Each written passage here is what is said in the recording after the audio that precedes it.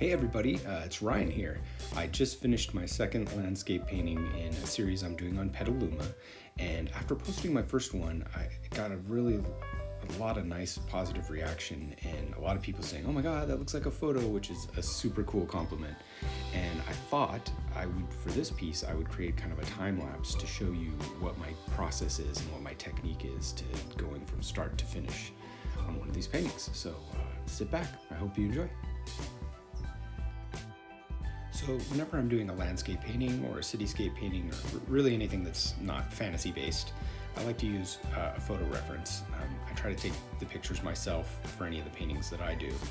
And I'll usually spend a decent amount of time kind of cropping it, getting the composition right, maybe adjusting colors to get a better saturation for the kind of painterly colors I like to use. But for this painting, I had this picture of my kids playing in a grove of trees, and I just really liked the composition and the lighting, and it was really just hitting all the marks, and I thought it would be perfect to do a nice landscape painting.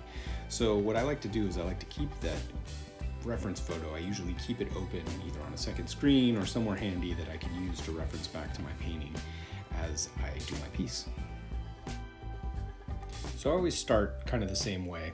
I like to sketch in just kind of the basic forms, and I'm doing this really lightly with a light pencil, and I'm just sketching in the basic forms so that I have an idea of where the colors and the different shapes are going to go.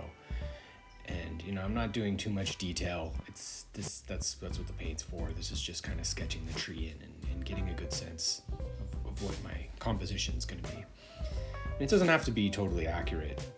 It's just my impression of what the reference is giving me. I do strive for realism, but I'm not totally concerned with being identical to the photo.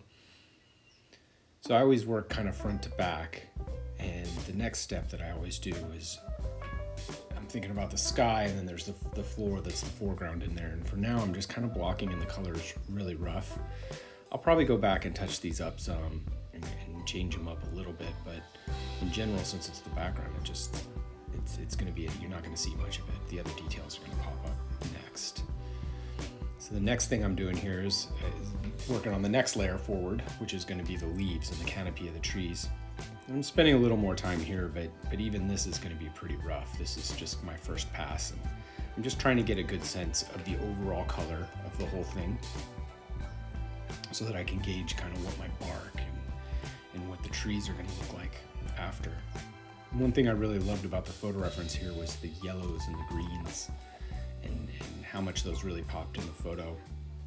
So I think probably I'm going to be introducing a lot of purples and yellows and a little more saturated greens when I start getting to the trees.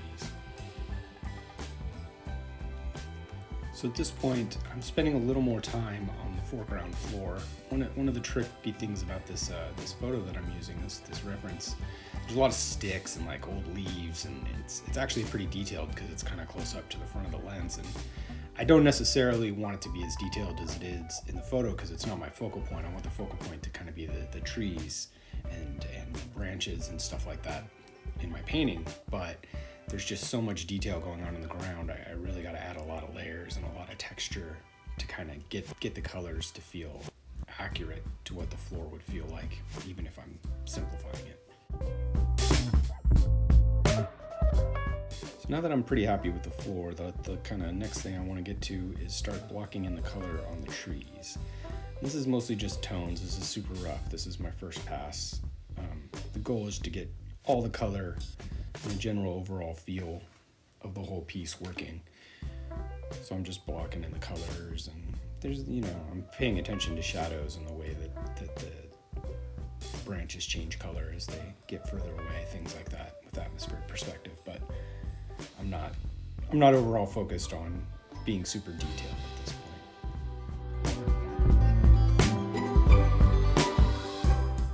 One of the reasons I chose this picture and I wanted to use as reference for this painting is because it looked really challenging. I'm pretty comfortable doing trees at a distance, but especially with the foreground trees that are right up close and the detail in the bark and stuff like that. To be perfectly honest, I had absolutely no plan and no idea how I was going to tackle doing those when I started. So now that I got the colors blocked in, at least on all the trees, I have a better sense of how I want the canopy to look. So I'm going back and I'm reworking the background a little bit before I start focusing in on the details on the branch.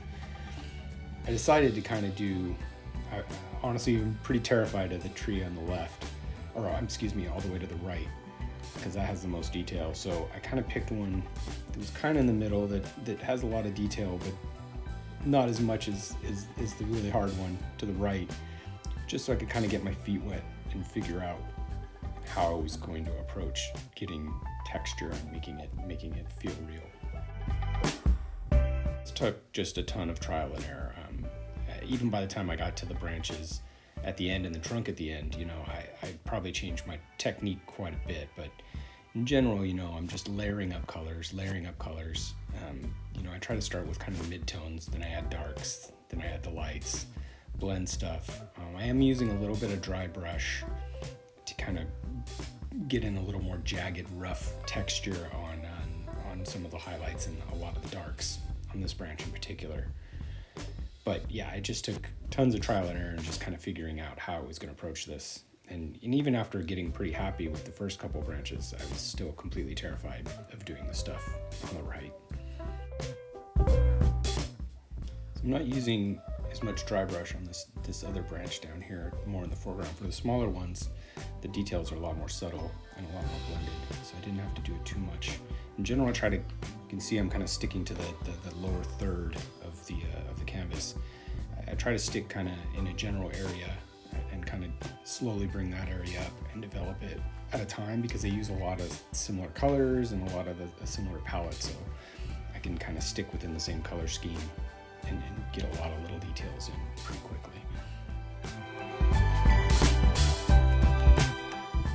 So at this point, I'm just slowly bringing up all the branches and going back and visiting that first branch I was working, which I'm still kind of figuring out.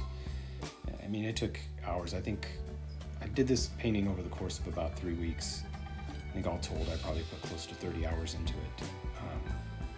But I kind of love the process. It just takes time. It's unlike drawing, where I'm really concerned about the details in my line art. Painting's kind of a different thing. It's more like sculpting to me. You're just slowly bringing things up, doing another pass, adding some more. And you get into this really meditative state that's really cool. Some of you who have known me for a number of years may not know that I used to paint quite a bit. I discovered painting in college and really fell in love with it. And even in my early music days, I was still spending a great deal of time painting. This is only the second piece I've done probably in the last 15 years. And it's really cool kind of rediscovering how much I like it. So on this other branch up here, where there's a lot of purples and greens, I never really use blacks or whites, pure blacks or whites. It's just, there's nothing in nature. Even a t-shirt that's black isn't actually black, right? So there's very few cases that I ever really try to go with pure black or pure white, especially for shadows. And because there were so many greens and yellows in this painting, I thought purple would be a good complement for my shadow tones. And I felt like, this whole piece kind of feels a little mysterious and a little fantastical, and I felt like the purples and the greens and stuff would give it a little kind of mysterious fantasy kind of element to it, is what I was going for anyway. My kids used to use this place as like a fort, and that was their secret little grove they used to go and play in. So the kind of making it feel a little more like a fantasy kind of vibe seemed to fit really good with it. So I'm just continuing to slowly chip away at these branches. The smaller ones have a lot less detail. They're further away, and I'm probably going to cover up a lot of them with leaves when I go back and do another pass on the canopy. And then I'm just kind of working slowly to where my focal point's going to be, basically doing anything I can to avoid getting there as soon as possible, because I still don't know how I'm going to tackle these trees in the foreground, or my main focal point. I'm finally getting on the one tree. Now the tree in the very front is going to have the most detail because it's the closest to us, but I'd kind of argue that the one I'm working on here now is probably more the focal point. The sun and the main light source is kind of right behind this tree, like right kind of where it forks in the middle there, and I'm going to kind of add a glow later on at the very end after I've got the detail in the tree figured out. So even though it's a little more out of focus because it's further away, it is where your eye is going to be looking the most. So this one just took me hours. I just really wasn't super confident in how I was going to figure it out. It turned out pretty good, I think, but it just took ages for me to figure it out.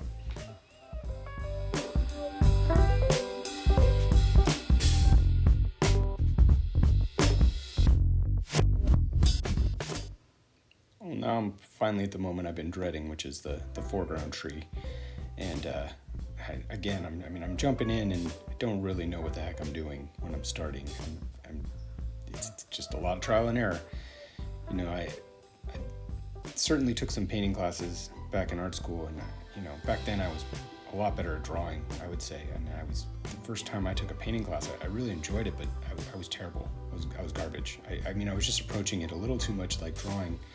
And I said earlier that for me, painting's a lot like sculpture, and it was when I started kind of thinking about it in that way, and in terms of like molding things and shaping them up and reshaping them when you mess up. You paint over it, and you change things, and you just slowly bring it up, slowly bring it up, slowly bring it up, slowly bring it up until you're happy with the level of detail you have.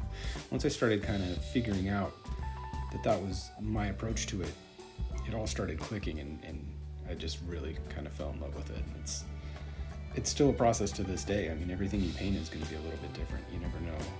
I have a general idea of my technique, but it just kind of goes to show that you never do it the same way twice. I mean, I've certainly never done a super up-close tree with scars and bark and stuff like that and tried to get it close to real, but I was really happy with the result when I finally got there.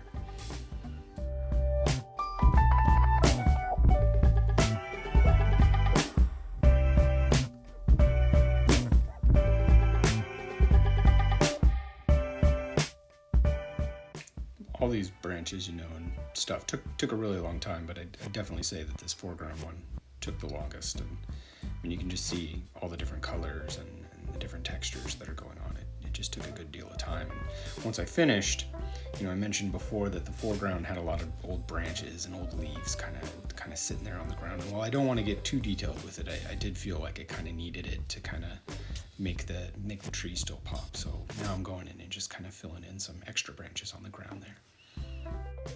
Now that I've finished all these kind of foreground branches, as the last step, I'm just kind of going through and doing one more pass at the canopy and the leaves, and making sure some of the leaves kind of go over some of the branches so there's a little more depth to them, cleaning up the sky, adding a nice little glow so my light source is coming from behind that fork in that tree, and that's pretty much it. And there you have it. I'm pretty happy with this one. This is, like I said, is the second piece I've done in a long time, and it came out pretty happy with it, and it seemed like people liked it, so I thought it'd be fun to do a walkthrough like this. If this is something that people like, give me a comment, let me know. Maybe I can do some more tutorials or do a more focused kind of thing in the future, if that seems like something that people are interested in. Anyway, thanks a lot for joining me. Have a great day. Bye.